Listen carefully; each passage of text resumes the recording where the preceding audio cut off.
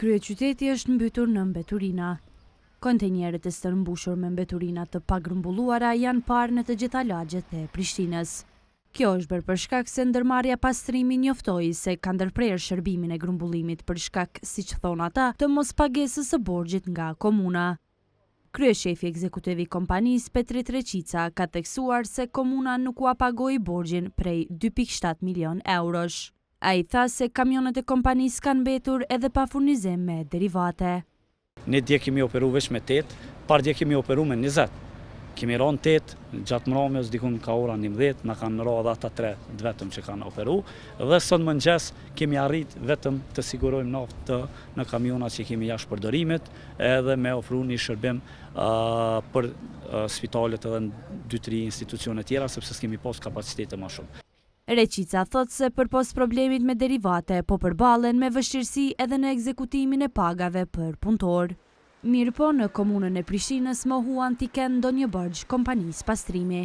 Drejtori për shërbime publike, Bekim Brestovci, ka thënë se qysh në dhjetor të vitit të kaluar e kanë ditur se kjo ndërmarrje do të ballafaqohet me vështirësi financiare.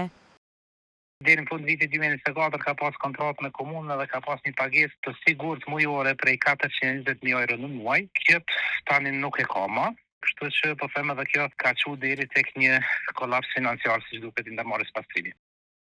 Ai paralajmëroi se në rast se pastrimi nuk do të ndërmarrë masa për të dalë nga kjo situatë, komuna do të veprojë.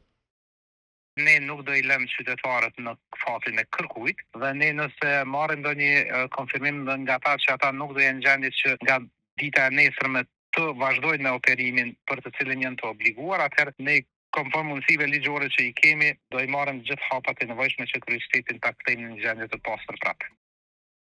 Në dhjetor të 2024-s me inicimin e PDK-s dhe me ndihmën e LVV-s, Asamblea Komunale në Prishtinë ka votuar për plotësim ndryshimin e rregullores së re për mbeturina.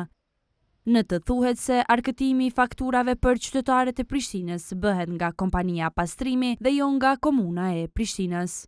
Këtë rregullore pati aprovuar edhe Ministria e Mjedisit, e cila ka konsideruar se ajo është në harmoni me ligjin për mbeturinat. Por këtë ndryshim drejtues të komunës së Prishtinës e pa të ndërguar në gjykatën kushtetuese.